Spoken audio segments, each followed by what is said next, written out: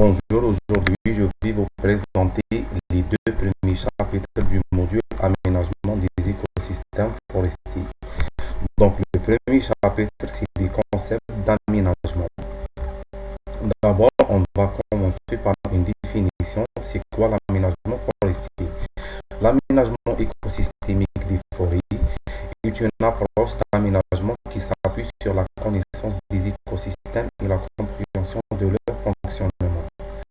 Pourquoi la connaissance et la compréhension du fonctionnement des écosystèmes pour que les pratiques forestières puissent contribuer au maintien de la biodiversité dans les forêts aménagées et aussi pour l'utilisation rationnelle des ressources forestières avec la nécessité de préserver ces écosystèmes fonctionnels à long terme. Donc, qui dit à long terme pour les futures générations.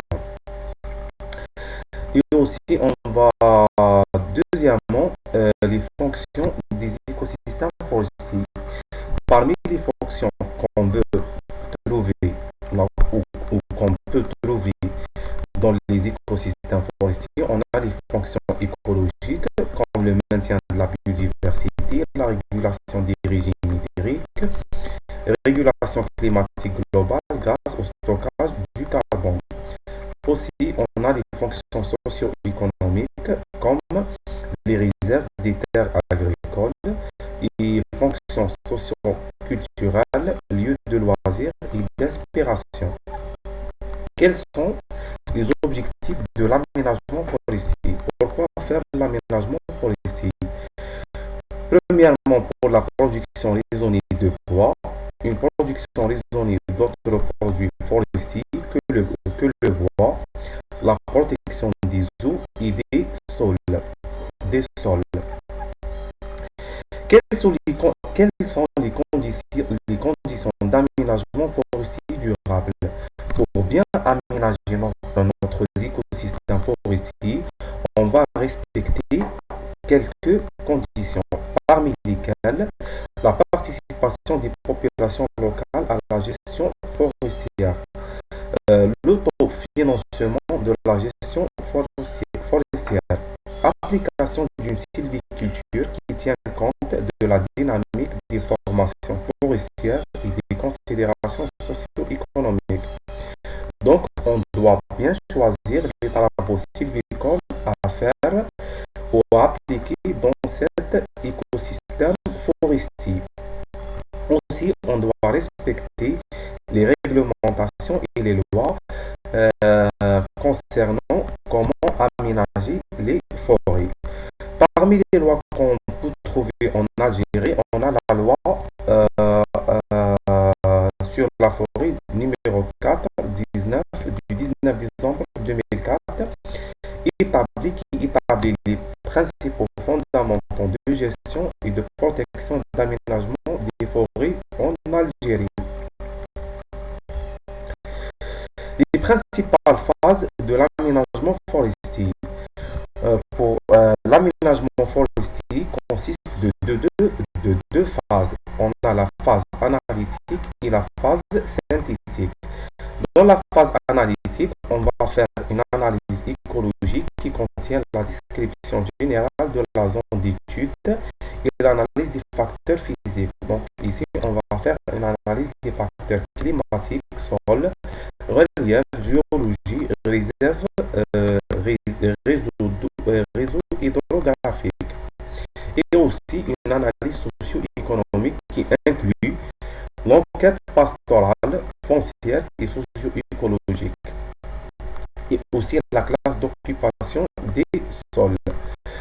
Cette phase, elle va nous permettre de planifier les interventions appropriées et de prendre des décisions basées sur des données scientifiques et des considérations environnementales, sociales et économiques. C'est une étape cruciale pour assurer une gestion durable des ressources forestières. La deuxième phase, qui est la phase synthétique, dans cette phase, on va regrouper toutes les données que nous avons recueillies dans la phase précédente pour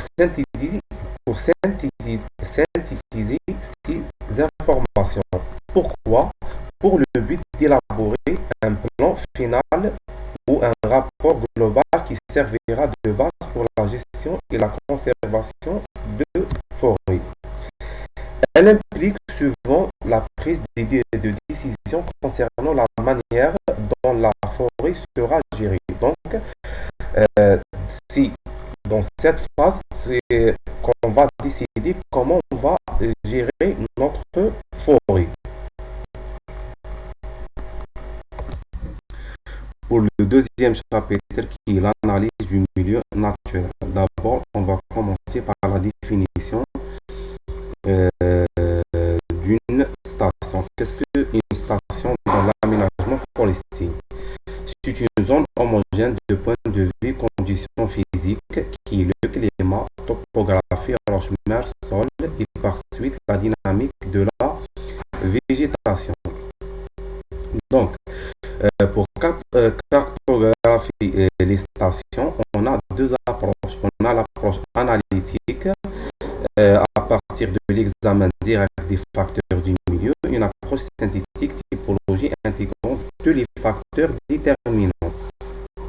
Donc, pour l'approche, la première approche qui est l'approche analytique, d'abord, elle consiste dans, à examiner d'abord les facteurs physiques qui apparaissent déterminants pour la végétation, comme la topographie, climat, eau, sol.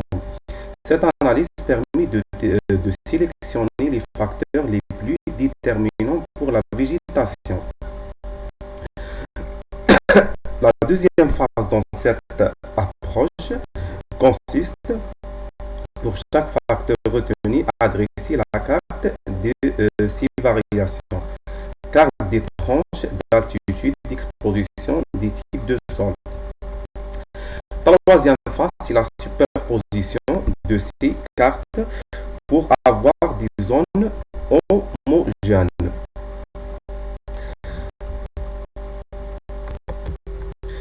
Deuxième approche qui est l'approche synthétique qui consiste à étudier les facteurs déterminants dans leur totalité.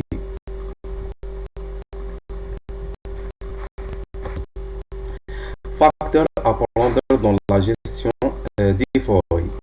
Parmi les facteurs à prendre dans la gestion des forêts, quelle est la dynamique naturelle de la végétation sur la station? Quelles sont les diverses essences forestières potentielles, c'est-à-dire capables de se développer et de se reproduire naturellement sur la station? Quelles sont les stations impropres à la connaissance de toute, à la croissance, désolé, de toutes espèces ligneuses? La station constitue-t-elle un milieu exceptionnel? Merci pour votre attention et bonne chance.